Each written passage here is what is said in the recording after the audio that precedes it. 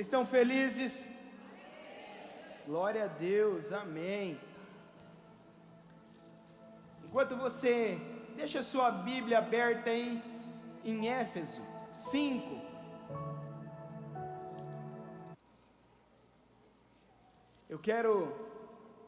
Aqui eu estou num turbilhão de emoção aqui, porque hoje tudo que aconteceu na nossa vida, na nossa história, e hoje minha irmã aqui apresentando, a minha sobrinha Thalita, e hoje estaria pregando outro pastor aqui, né, o pastor André Bueno. Ele não pôde vir de São Paulo e de repente tudo acontece na vontade, na bondade de Deus. Eu tenho a honra de estar com meu pai aqui no auditório. Obrigado, seu João. Meu mestre, a dona Nerci. E agora eu estou acelerado o coração, né? O pai está aqui, que me ensinou tudo. O que eu faço agora, Jesus? Eu não sei, eu vou descer e falar: vem aqui pregar, pai, por favor, porque eu não sou digno. Mas a graça de Deus nos alcançou. Meus familiares, meus tios, meus primos, minhas tias, meu Deus, muito obrigada, família do Alessandro, todos que vieram. Eu estou radiante, gente. Vocês estão comigo? Mas de manhã aqui aconteceu algo extraordinário e você vai fazer parte disso também. Hoje parece que de manhã, num certo momento, Deus falou: eu vou liberar algo especial para vocês. E pela graça dele aconteceu aqui pela manhã.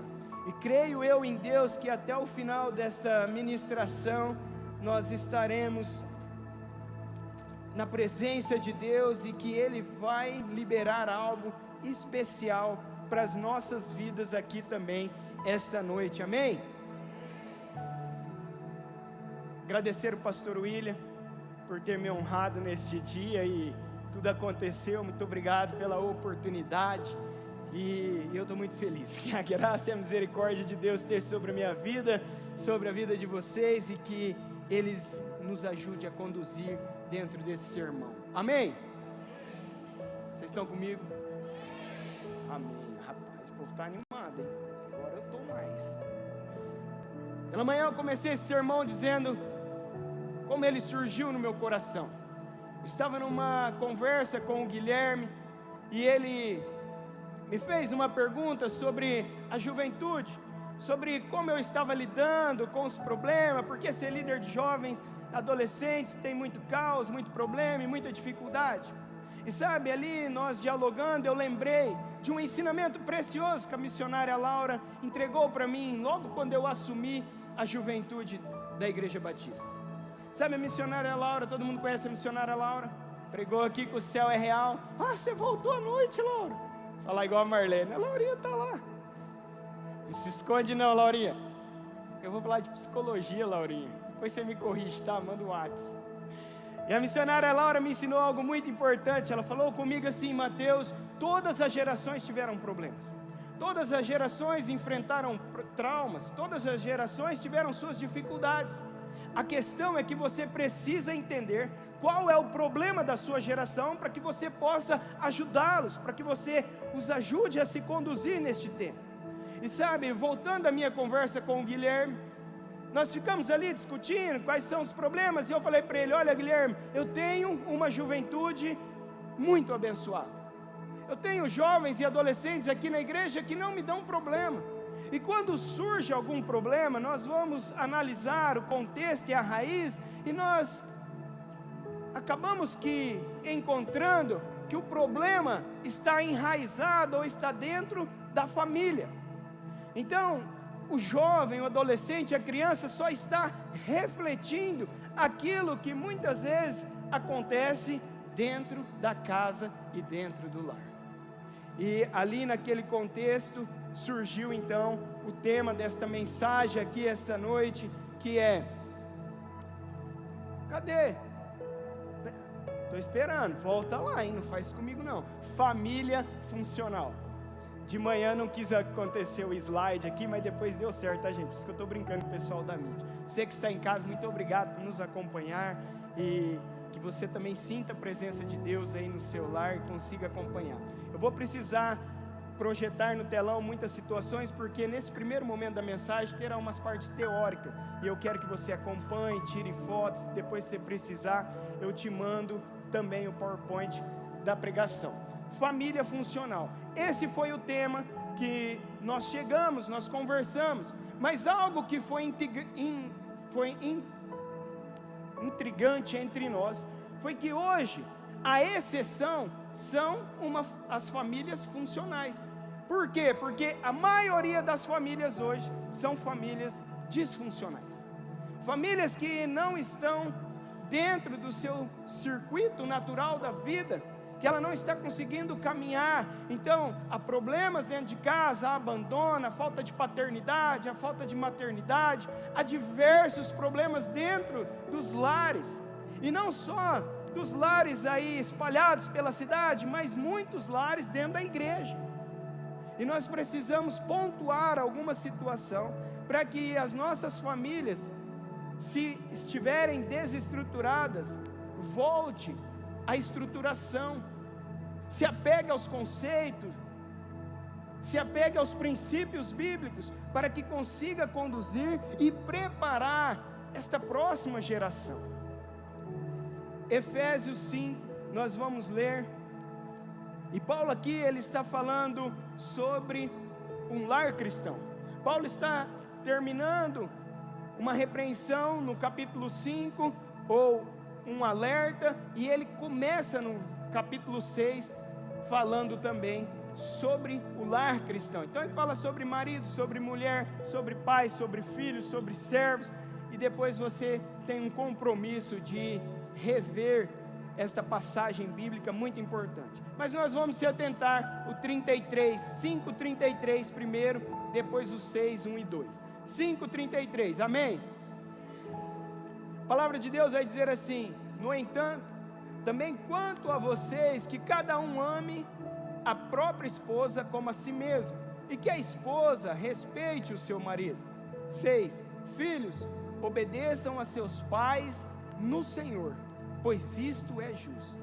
Honre o seu pai e sua mãe, que é o primeiro mandamento com... Paulo deixou para nós vários ensinamentos, e aqui ele foi específico, e dentro desse auditório, todos aqui se encaixam nesses ensinamentos, porque aqui ou você é pai, ou você é filho, ou você é marido, ou você é esposa, enfim, todos nesse auditório se encaixa dentro de uma dessas categorias.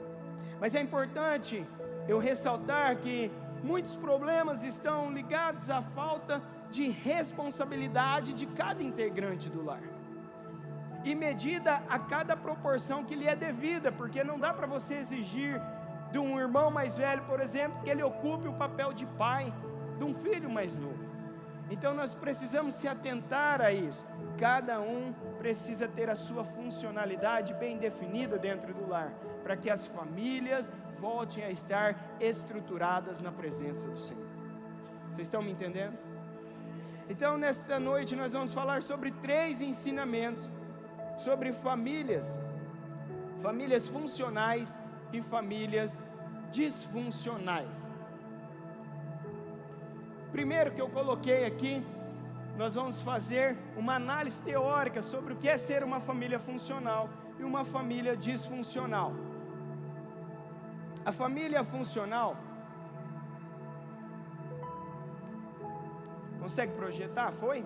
A família funcional é a que promove o desenvolvimento integral de seus membros, de forma plena, nos aspectos físicos, cognitivos e socioafetivos. Talvez uma definição muito ampla, mas eu resumi ela com outra definição do pastor americano James MacArthur. Ele vai dizer: é a família em que os familiares trabalham em conjunto para melhorar os relacionamentos ao enfrentarem problemas. O que isso quer dizer? Que uma família funcional, ela está preocupada em cuidar um dos outros, que todos os membros da casa é muito importante. Então hoje nós, neste mundo acelerado, estamos presenciando muitos avós que estão cumprindo o papel de pais, mas é importante que a responsabilidade não seja transferida, que seja medido esse auxílio, para que não fique brechas. Então o pai, às vezes, nessa ânsia, no trabalho, na dificuldade, quer também transferir para a escola uma responsabilidade da educação, mas isso não funciona, não vai dar bem para uma família. Ela pode se tornar, em um dado momento, disfuncional. Então problemas surgem, problemas nas famílias vão surgir, nos filhos, nos pais, nos avós, e nós precisamos ter uma comunicação assertiva, precisamos, ter empatia, saber como corrigir os filhos e também ser corrigidos, aprender um com os outros, tudo com sabedoria. Para quê? Para que evite danos, para que evite traumas e por fim que evite a disfuncionalidade. Então uma família funcional, um está preocupado com o outro, um está se movendo juntamente com o outro. E uma família disfuncional, a definição vai dizer que a família se torna disfuncional quando as necessidades materiais, sociais, espirituais, afetivas e culturais deixam de funcionar corretamente.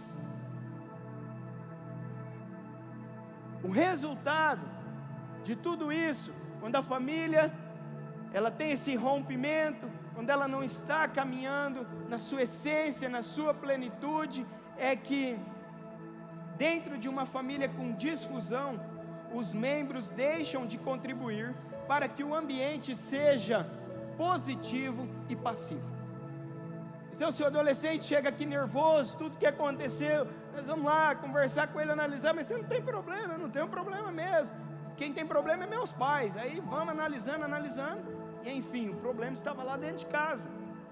Só que isso não traz um ambiente seguro na casa, traz um ambiente conturbado. Isso vai passando para os demais integrantes da casa. Então é muito importante manter a presença de Deus na sua casa, manter o seu lar alicerçado, corrigir onde forem surgindo os erros e os percalços que a vida vai nos entregando. Vocês estão comigo? Então, o primeiro ensinamento da noite: existem famílias funcionais e disfuncionais. A funcional está preocupada e trabalhando para auxiliar os outros, para quando surgem os problemas, ela consiga romper e vencer e alicerçar a família. E a disfuncional, cada um está lutando pelo seu próprio bem, está correndo atrás das suas próprias vontades e muitas vezes deixando os interesses cristãos abandonados dentro do lar. Vocês estão comigo? Segundo ensinamento da noite, eu quero deixar exemplos bíblicos sobre famílias disfuncionais.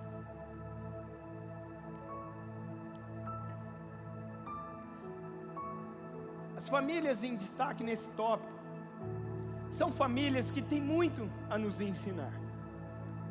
São famílias que tiveram um encontro com Deus, que Deus manifestou graça e misericórdia. E serve para nós como um alerta.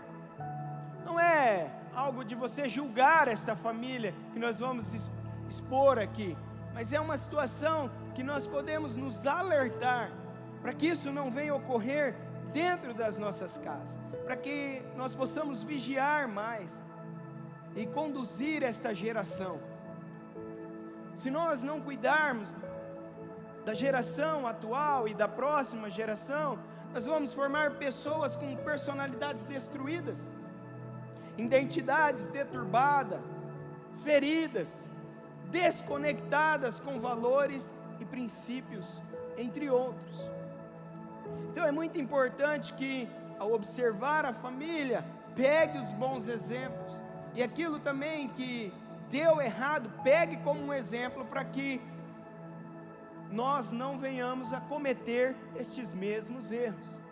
A primeira família que eu quero exemplificar aqui esta noite é a família de Adão. A história desta família está descrita ali no começo das Escrituras, em Gênesis 4, de 1 a 7, vai falar e fazer um paradeiro desta família. Mas eu quero me atentar com você que esta família passou por um momento de ciúmes, ela passou por um momento de inveja entre os irmãos. E o que aconteceu? Deus, como um bom pai, foi lá e repreendeu. Deus repreendeu Caim. Vocês conhecem a história entre Caim e Abel. E a palavra de Deus vai dizer a partir do versículo 6, e eu quero ler juntamente com vocês. Amém? Gênesis 4, a partir do versículo 6.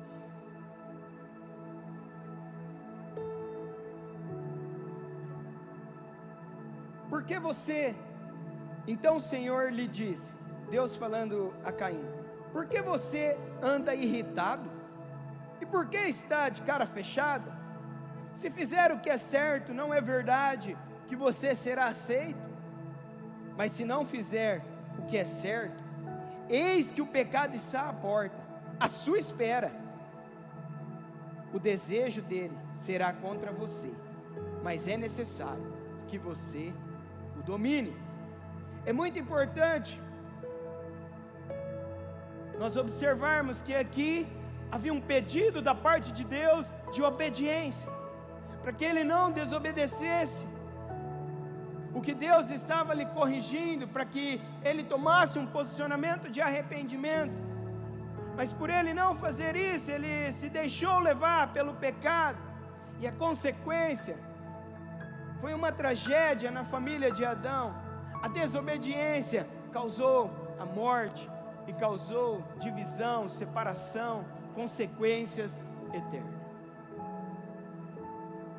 Este é um exemplo que nós precisamos tomar cuidado de ciúmes, de inveja entre os irmãos, entre a própria casa.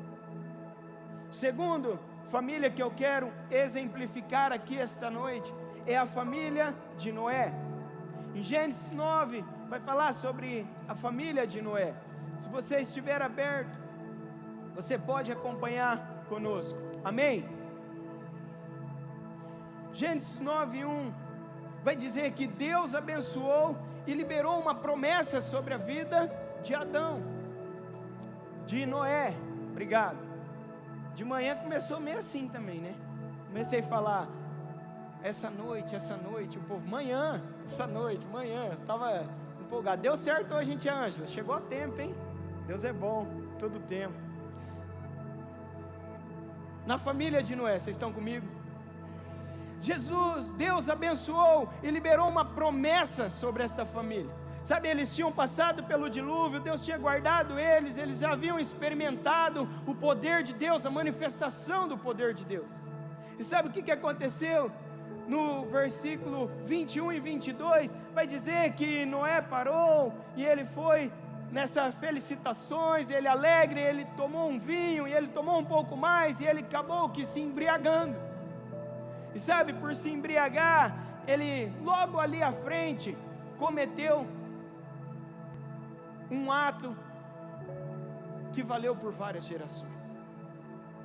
Ao repreender um dos seus filhos, ele acabou que amaldiçoando toda a geração posterior do seu filho, por uma revolta, de um problema que ele também era culpado, pois ele próprio se embriagou.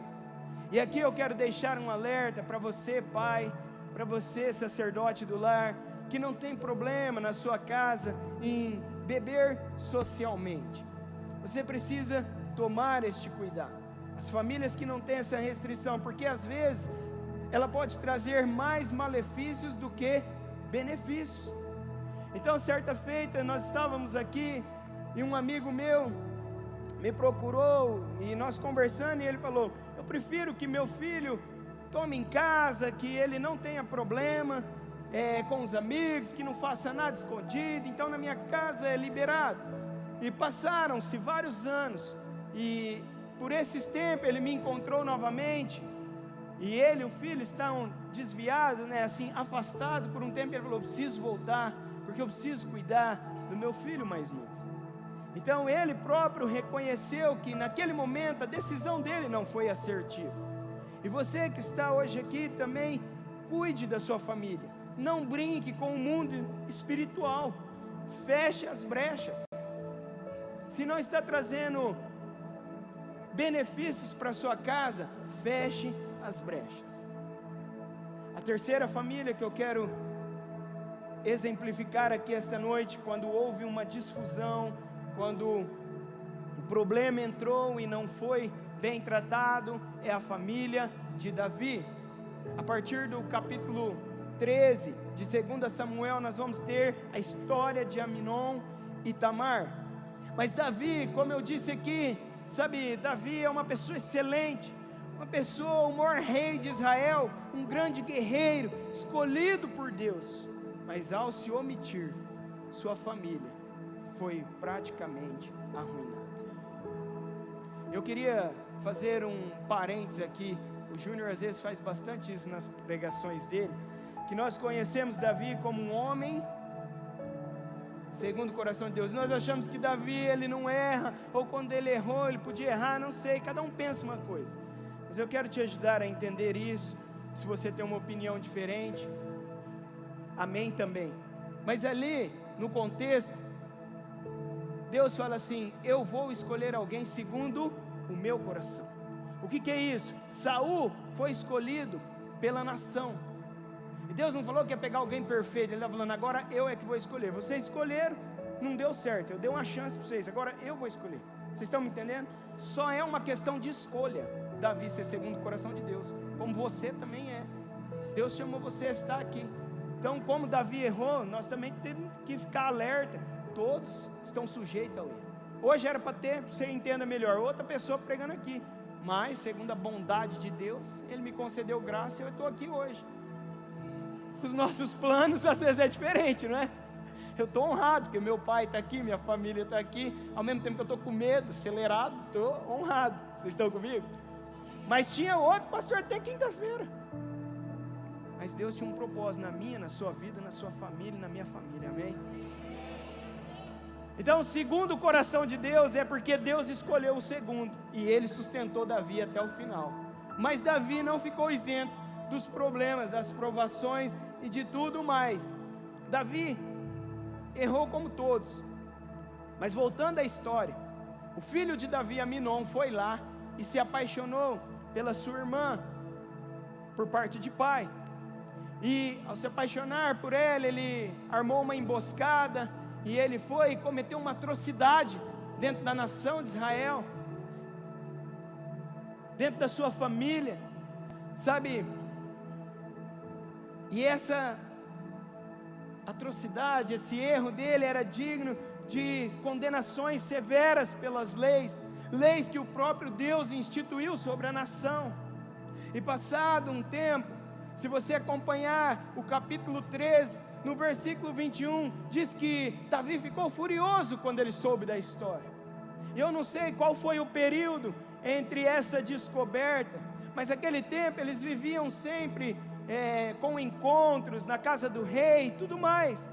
E o irmão de Tamar, Absalão, ele cuidou, ele acolheu a sua irmã e levou ela para casa, e não deixou que a vergonha dela continuasse sendo exposta. E sabe o que aconteceu? Se você analisar o versículo 23, ele vai relatar que passaram 2 anos. O entendimento é que Absalão esperou por 2 anos para que o pai tomasse uma atitude, para que o rei condenasse, mesmo que fosse o irmão dele, julgasse aquele erro, aquele problema severo. Mas o rei se omitiu e não tomou uma posição. E o pior foi que os erros continuaram e aumentaram, pois Absalão fez justiça com as próprias mãos. E aqui eu deixo um alerta para nós esta noite: pais, não se omitam. Filhos, não tomem decisões pelos seus pais. Um ensinamento precioso para toda a família. E quando acontecer um erro, quando tiver um problema, sente, converse, discutam o assunto, tenha empatia, se coloque no lugar um dos outros, seja uma família funcional, porque a disfusão pode acontecer. E se não tratada, gera consequências. Gera consequências materiais, geram consequências espirituais. 3 famílias que a disfusão aconteceu no percurso. E 3 famílias que tinham relacionamento com Deus. Eu quero apresentar também esta noite 3 famílias funcionais. 3 famílias que servem de exemplo para mim e para você, para que a gente suporte, para que a gente continue firmado, para que a gente não desista de uma próxima geração. Há toda uma geração a se cuidar, a levar adiante, a trabalhar princípios e valores, e nós precisamos estar estruturados, para que a gente não venha entregar para a nossa geração somente erros, mas muitos acertos e exemplos que os conduza para um próximo ciclo que vem à frente. Vocês estão me entendendo? Terceiro ensinamento então, exemplos bíblicos de famílias funcionais. Um grande exemplo de uma família funcional em plenitude está em Lucas 1. Se você quiser deixar aberto, nós vamos falar de Lucas 1. A primeira família que eu quero apresentar aqui, esta noite, como uma família funcional, é a família de João Batista. E não é a minha não, apesar que eu estou aqui, e meu pai, vou contar só um paralelo, né, pai? Um dia nós fomos numa casa que eu dei discipulado, Claudinei, aleluia, glória a Deus. E aí, nós estávamos lá, aleluia, aleluia, aleluia. Aí, a Marlene acabou o recado dele e ele hoje, aleluia, glória a Deus, para todo mundo da igreja. E o Claudinei lá, e aí a esposa deu um elogio e falou, olha, parabéns, tal, você conduziu seu filho nos caminhos do Senhor e tal. E meu pai, né, uma bênção, bem simples, só falou assim, eu dei o exemplo. Se eu não seguisse, né, pai, o problema era meu, né? Falou, nós tem que... Então, o que eu quero enfatizar com isso? Exemplos. Você é um exemplo. Você é um exemplo na sua geração, você é um exemplo na sua casa, você é um exemplo no seu trabalho. Se você viver numa família disfuncional, você leva problema no seu trabalho. E lá você não vai ser um exemplo para as pessoas que precisam.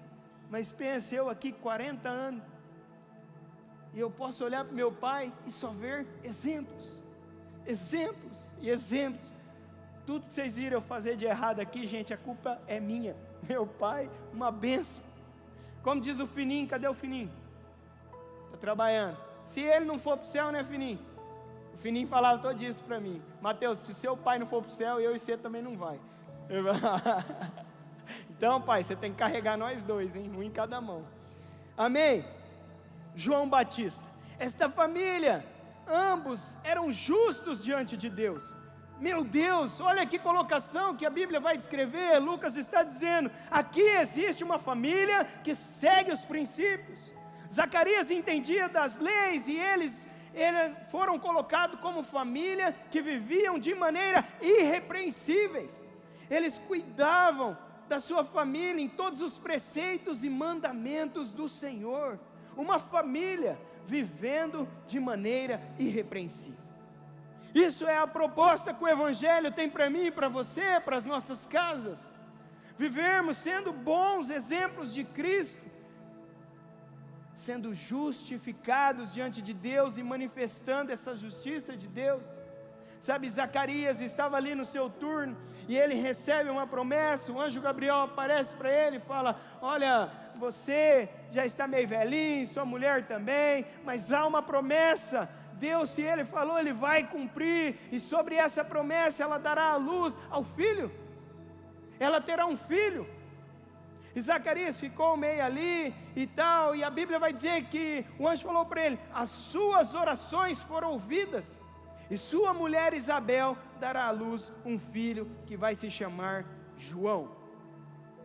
A partir desse momento que havia uma missão na família dele, ele teve uma visão, e quando você tem uma visão do que Deus quer para a sua vida, para a sua família, você tem uma missão na terra. E João Batista e Isabel, E Zacarias e Isabel começaram a caminhar dentro desse propósito, trabalhando e preparando para que as promessas do Senhor fossem cumpridas sobre aquele tempo. E eles caminharem em união, em boa comunicação, respeitando um ao outro. Sabe o que aconteceu? A Bíblia vai dizer que chegado um certo momento, o menino iria nascer, e todo mundo começou a perguntar qual seria o nome do menino, porque na tradição colocaria entre o nome do pai, num familiar. Só que a mãe vem e diz, ele vai se chamar João. E aí todo mundo vai lá, o povo, e corre: ó, Zacarias, mas por que não vai chamar Zacarias? Sua mulher está falando que vai chamar João. E Zacarias estava mudo, porque por um momento ele duvidou da promessa, e o anjo falou: então você não vai falar nada por um tempo. Mas sabe o que aconteceu ali no versículo 59? Zacarias correu, pegou uma tabuinha e escreveu o nome João.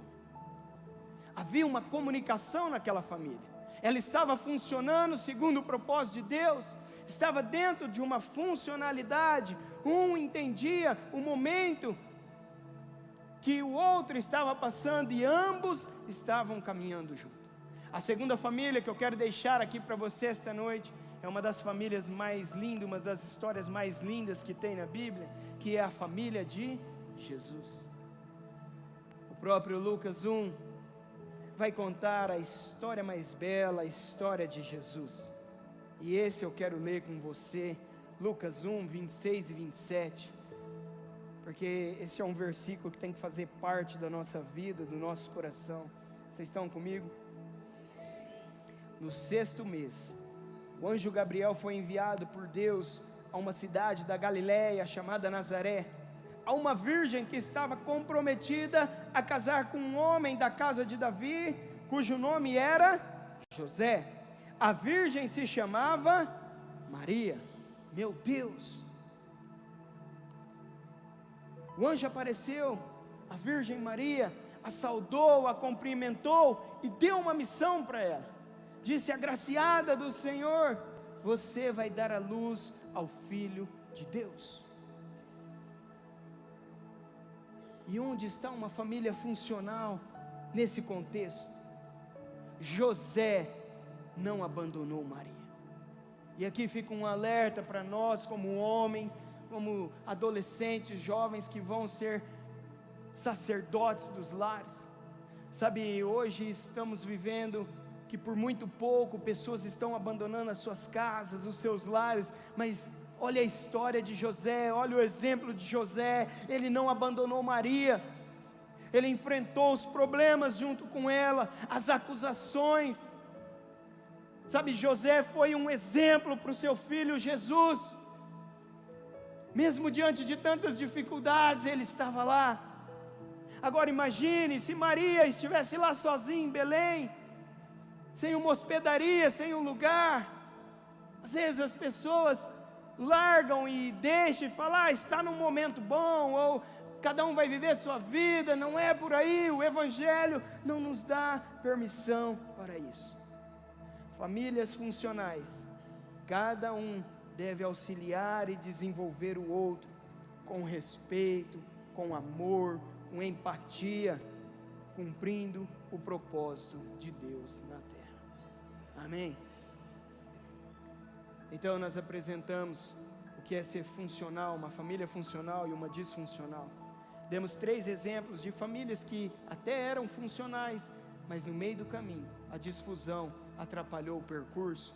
Família de Adão com Caim e Abel, família de Noé e a família de Davi.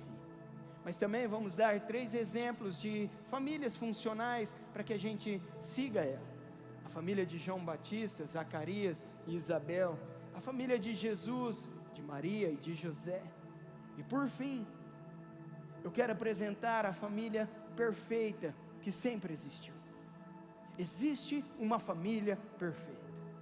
Talvez você possa desconfiar de mim ou não entender e dizer: Mateus, eu não conheço nenhuma família perfeita. Escute isso, existe uma família e eu quero apresentar para você, a família celestial. A família dos céus, ela é perfeita.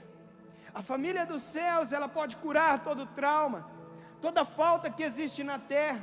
Ela pode preencher todo e qualquer vazio que você possa ter encontrado no percurso da sua vida ou enfrentado. Existe uma família perfeita.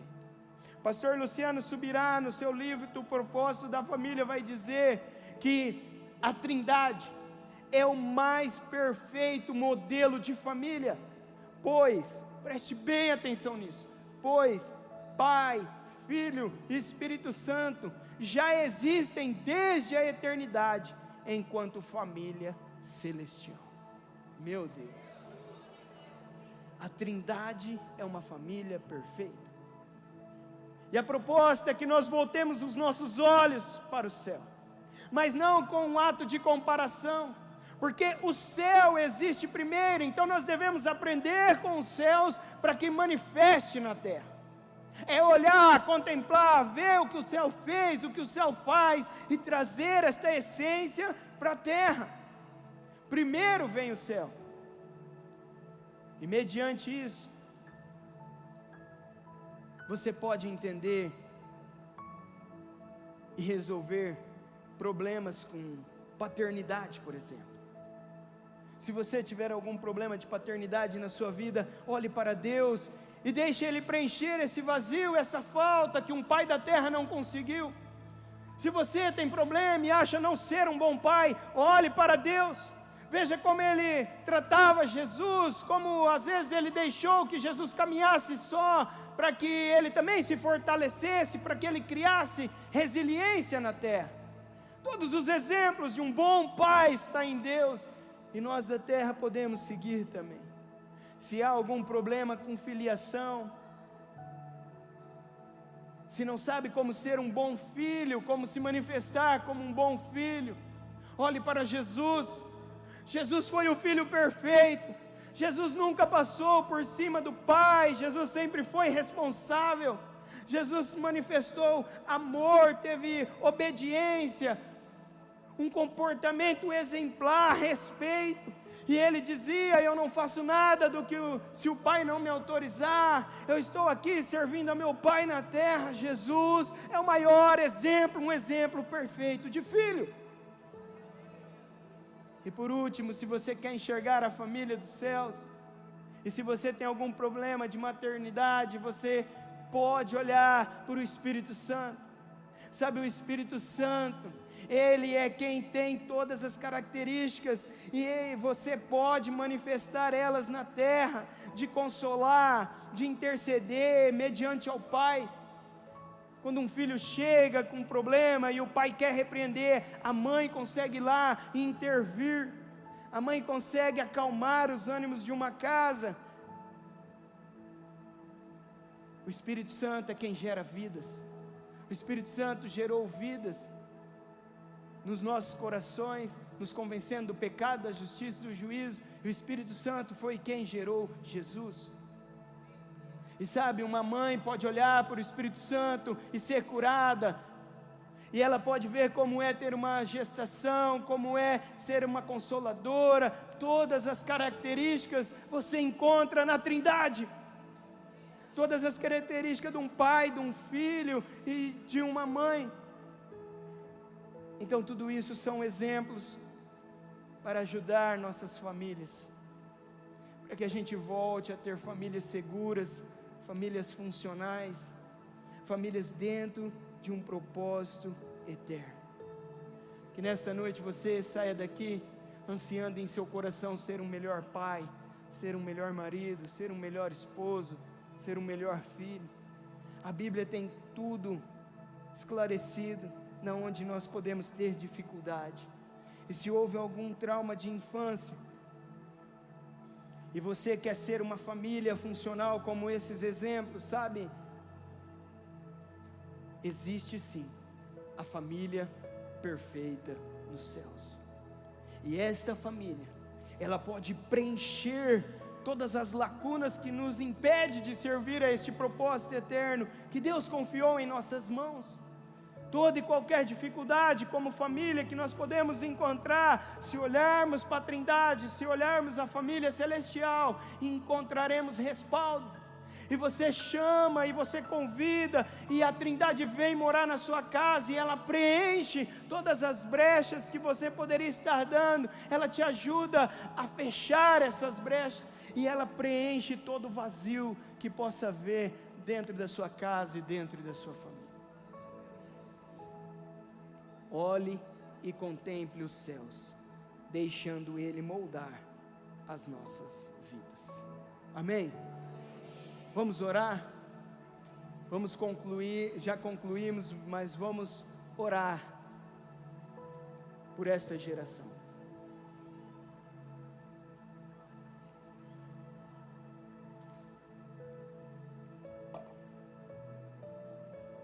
Eu queria que você compreendesse algo.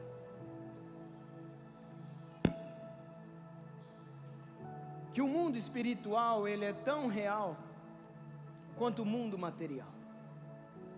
E sabe, aqui há uma geração de pessoas. Uma geração vem, geração vai. E sabe quando você olha para um adolescente, para um jovem, e diz: olha, esse jovem dá muito trabalho. Ah, essa geração é preguiçosa. Isso aí não vai virar nada. Isso aí não vai dar certo.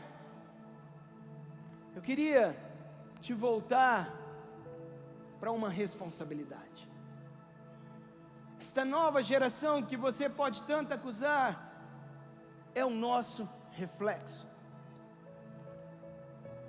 Eles estão em formação, e o que eles estão vendo de nós é que está refletindo hoje na terra. Se você não anseia por um novo tempo, por um novo momento, eu quero dizer para você, eu estou na igreja há quanto tempo? E hoje meu pai está me vendo aqui, uma geração, e sabe, eu estou vendo a Samara, outra geração. Você querendo ou não, o tempo não está sobre o nosso domínio, e as coisas estão acontecendo. Mas a responsabilidade é minha e sua. A responsabilidade das famílias, o aumento do divórcio, tudo que está acontecendo, a responsabilidade é nossa. Não tem como nós continuarmos transferindo. Se a pessoa não viu um bom casamento, dificilmente ela vai querer ter um próximo casamento. Entende o que eu estou dizendo? Não há tempo para ficarmos acusando se a geração é boa ou ruim. É tempo de voltarmos para a nossa responsabilidade. Eu queria que você entendesse isso. Eu quero orar por você, pela sua família, pelo seu lar.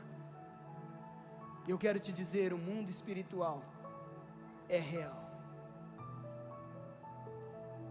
Você que não tem filhos, você vai orar pela futura geração. Você que é uma adolescente, uma jovem, você vai orar pela sua futura geração. Se você sentir no seu coração, você vai colocar a mão no seu ventre, porque Deus quer gerar vidas aqui esta noite. Você vai consagrar o seu futuro em Deus. Homens, você vai consagrar os seus filhos em Deus. Sabe, o Espírito Santo me lembrou hoje de manhã, que há 20 anos atrás, há 15 anos atrás, mais ou menos, eu estava lá naquele canto, numa vigília da rede vinha, do pastor Wagner, e de repente ele falou: vamos orar pelas nossas futuras gerações. E naquele dia eu comecei a orar pelos meus filhos. Eu não tinha nem casamento, nem me lembro se eu tinha namorada, se minha esposa já estava comigo, mas eu comecei a orar pelos meus filhos, pelo futuro dos meus filhos, pelos aqueles que Deus ia entregar na minha mão. E sabe o que aconteceu? Depois de quase 10 anos, quando o Luke estava lá desenganado pelos médicos na UTI, com menos de 1 ano de idade, o Senhor me lembrou daquela oração feita ali naquele momento. Há momentos, meus irmãos, que Deus abre uma lacuna nos céus, e você não pode perder este momento. Talvez o grande dia que Deus vai ministrar algo sobrenatural na sua vida seja hoje. Se você crê, você vai orar com fé. Se você crer, você vai apresentar. Apresente seus traumas diante de Deus. É hoje dia de cura, dia de libertação, dia de preencher vazios que os pais podem ter deixado e está tudo bem. Erraram com eles, eles erraram com os outros e está tudo bem, porque Deus não erra. Você pode hoje romper com toda e qualquer limitação e acionar o futuro desta geração. Você pode olhar para os jovens dessa igreja como nunca você olhou, você pode orar como você nunca orou, e você vai ver quantas maravilhas. O futuro está aí. Essa geração vai passar, a sua geração vai passar, a minha geração vai passar. O que foi legal para você talvez não seja legal para eles, mas está tudo bem. Geração vai, geração vem, problemas vão surgir, e o inimigo vai continuar atacando essas gerações, e nós precisamos blindar os nossos filhos, blindar as nossas famílias, blindar os nossos pais. Tem um leque de opção para você orar e colocar diante de Deus aqui esta noite. Vamos começar louvando, depois nós vamos orar. Fique de pé.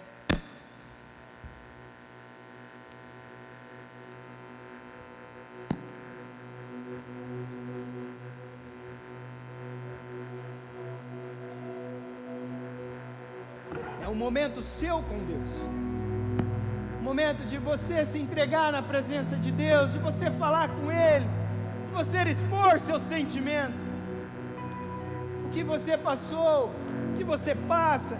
Eu orava antes de subir aqui hoje à tarde, dizia: Deus, só o Senhor pode alcançar aqueles corações.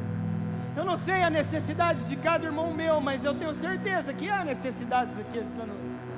E essas necessidades serão cobertas pelo sangue de Jesus vertido na cruz do Calvário.